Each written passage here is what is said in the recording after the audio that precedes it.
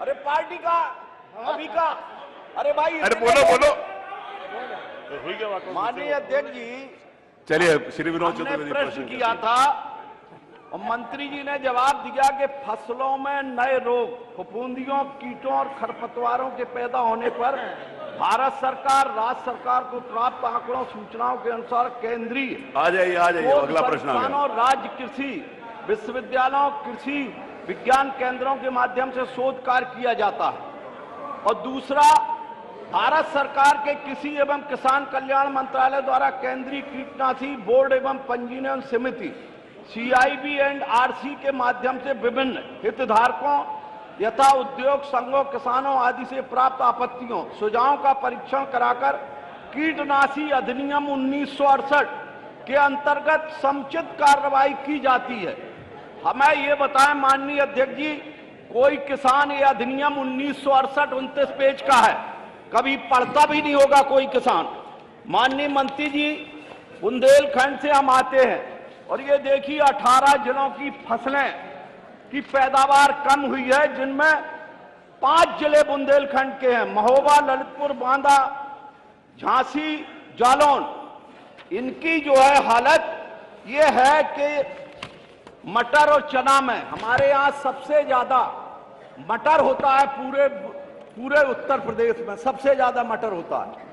और उस मटर की हालत ये हुई है कि आधे पूरे जिले में आधा मटर किसानों को बखरना पड़ा क्योंकि उसमें इली लग गई, और जो चना था उसको भी बखरना पड़ा।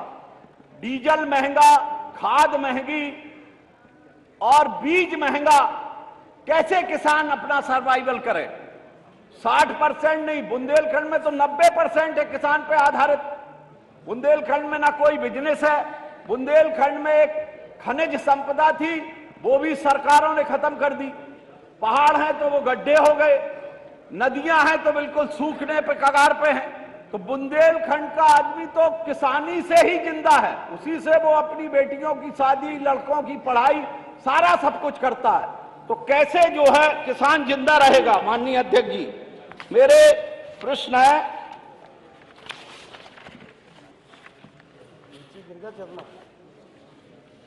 माननीय मंत्री जी से मेरा प्रश्न है, कितने किसानों पर शोध किया गया और कितने लोगों को दंड दिया गया? इसकी लिस्ट मिल जाए। कितने एकड़ फसल को कीटों एवं फफूंदी से बचाया गया? एक। दूसरा, क्या किसानों की जिनकी फसलें फफूंदी एवं कीटों से नष्ट हो जाती हैं, कितने किसानों को सरकार ने मुआवजा दिया? चना, मटर की फसल जो इलियों का प्रकोप हुआ, उससे निपटने के लिए किसानों को आर्थिक सहायता दी जाएगी? प्रदेश में कौन कौन सी कीटनाशक दवाइयां प्रतिबंधित की गई हैं? दूसरा है मेरा, कीटनाशी अधिनियम 1968, ये 29 पेज का है माननीय अध्यक्ष जी, हम नहीं पढ़ सकते, खैर किसान क्या पढ़ेगा। माननीय मंत्री जी, आपके द्वारा बताया गया कि खतरनाक रसायनों, कीटनाशक प्रयोग के संबंध में समय समय पर किसी विश्वविद्यालय के एवं अन्य शोध संस्थानों के द्वारा अध्ययन किया जाता है। आपसे अनुरोध है, पिछले 1 साल अध्ययन किए गए हों तो कृपया रिपोर्ट संकलन करने की कृपा करें। ये मेरे 2 प्रश्न हैं आपसे। 2 कौन कौन से हैं? 2 कौन कौन से? क्या दो प्रश्न कौन कौन से हैं जरा बताइए। क्यों 2 तो हैं, और कौन से? वही तो पूछ रहा हूँ। 2 ही बोले वो दोबारा जरा बिना पढ़े दोबारा बोल लीजिए। 2 ही बोले हैं, आवाज नहीं आ रही है अध्यक्ष। 2 जो प्रश्न आपने किए हैं वो 2 कौन से प्रश्न हैं जरा पूछिए। तो एक मैंने किया है, लिख के लाए थे घर से, अभी हाल बता दे रहा हूँ। आपको याद नहीं? किसानों पर शोध किया गया? एक प्रश्न। हाँ। कितने लोगों को दंड दिया गया? 2 प्रश्न आ गए जी, उत्तर दीजिए, बैठिए। 2 कहां भाई, एक ही बहुत। वो तो एक ही है, इनके जवाब ही में पूरे में एक है। 2 प्रश्न आपने किए ना? चलो 2 बता दें। 2 माननीय मंत्री जी। माननीय मंत्री जी, चाहिए नहीं जवाब। उन्होंने पूछा है मान्यवर, पहले तो ये पूछा था कि कितने दवाइयों पर प्रतिबंध लगाया गया। दवाइयों पर प्रतिबंध लगाने का अधिकार जिस अधिनियम को आपने बताया उसके अंतर्गत भारत सरकार के अधिकारिता में आता है। नंबर 1 रुक बता रहा हूं मैं। पिछले वर्ष बासमती में इस तरीके की शिकायतें आई थी कि उनके प्रोडक्ट में क्रॉप रेजिड्यू जा रहा है, तो ऐसे 2 दवाइयों को ट्राइसाइक्लाजोल और ग्लूकोजिन जिसके भीतर पाया गया था, गत वर्ष भी राज्य सरकार के पास अधिकार 60 दिन का है और उसको उस मौसम के भीतर 60 दिन के लिए प्रतिबंधित कर दिया गया। 25 सितंबर 2023 से 2 महीने के लिए और इस साल 30 सितंबर 2022 से अब तक के लिए। दूसरा, आपने कहा कि कार्रवाई कितने लोगों के खिलाफ की गई है, तो कार्रवाई के बारे में भी बताता हूं आपको और उसके बाद थोड़ा जो आप बोल गए थे उसको भी बताता हूं।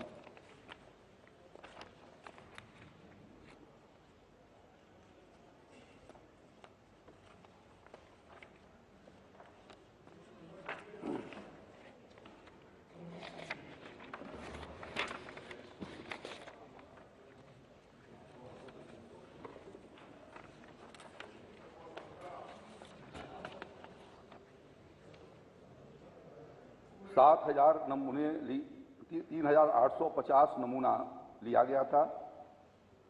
आहरित नमूनों का प्रतिशत 103 था। विश्लेषित नमूने 2,908, मानक नमूनों की संख्या 2735, अधो मानक की संख्या 173। 2023-24 में दायर वादों की संख्या जिनके खिलाफ मुकदमे दर्ज किए गए 298, जिनके लाइसेंस निलंबित किए गए 38 और आर्थिक दंड जिन पर लगाया गया उनको 59 और अभी तक जो इस माह में 7 लोगों के खिलाफ एफआईआर दर्ज हुई है और 7 लोगों के खिलाफ एफआईआर दर्ज हुई है। दूसरा, आपने कहा कि इसी बात के लिए कि बुंदेलखंड के हमारे किसान भाई उन्नतशील खेती कर सकें, बीमारियों के बारे में जानकारी हो सके, इसलिए प्रधानमंत्री मोदी जी ने भारत सरकार के द्वारा वहां रानी लक्ष्मीबाई केंद्रीय विश्वविद्यालय कृषि की स्थापना कराई है, जिसका सीधा लाभ मिल रहा है। यह शिकायतें इस तरीके की कहीं पाई जाती हैं तो आप उन तक पहुंचाने का काम करेंगे। प्रतिवर्ष 2 साल में 2 बार कम से कम झांसी मंडल के भीतर और 2 से 3 बार बांदा मंडल के भीतर जाता हूं। और जैसा आपने कहा कि रहर उखाड़ वो मटर फेंक दिया गया, चना फेंक दिया गया, इतनी अच्छी फसल पिछले साल मटर की आई, के लिए भी वहां पर कंपनियों के साथ एमओयू करके और उनको आपूर्ति की गई और जिससे वहां के किसानों को प्रति किलो 80 पैसा ज्यादा उनको लाभ मिल सका।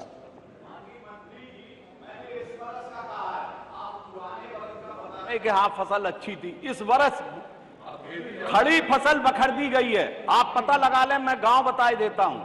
कैथेरी है, बिनौरा है, कौच ब्लॉक के कई गांव हैं।